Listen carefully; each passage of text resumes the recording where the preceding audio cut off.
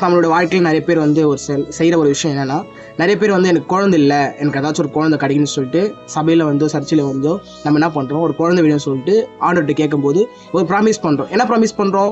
எப்படியாவது எனக்கு ஒரு குழந்தை பிறந்தா உமக்கு நான் விட்டுடுறேன், எனக்கு எப்படியாவது ஒரு குழந்தை பிறந்தா உனக்குன்னு ஊழியத்தில் விட்டுடுறேன், எனக்கு ஒரு குழந்தை பிறந்தா உன்னோட சபையில் விட்டுடுறேன் அப்படின்னு ஒரு ப்ராமிஸ் பண்ணுறோம். ஆனால் அந்த ப்ராமிஸை நம்ம நிறைவேற்றுமா, அந்த ப்ராமிஸை நம்ம கடைசியாக கடைபிடிக்கிறோமா அப்படின்னு சொல்லிட்டு நம்ம பார்க்கணும். சில பேர் கடைபிடிக்கிறதுல, சில பேர் விட்டுறீங்க. கடைசியில் அந்த பையனோட வாழ்க்கையோ பொண்ணோட வாழ்க்கையோ கேள்விக்குறியில் போய் நின்றோம்.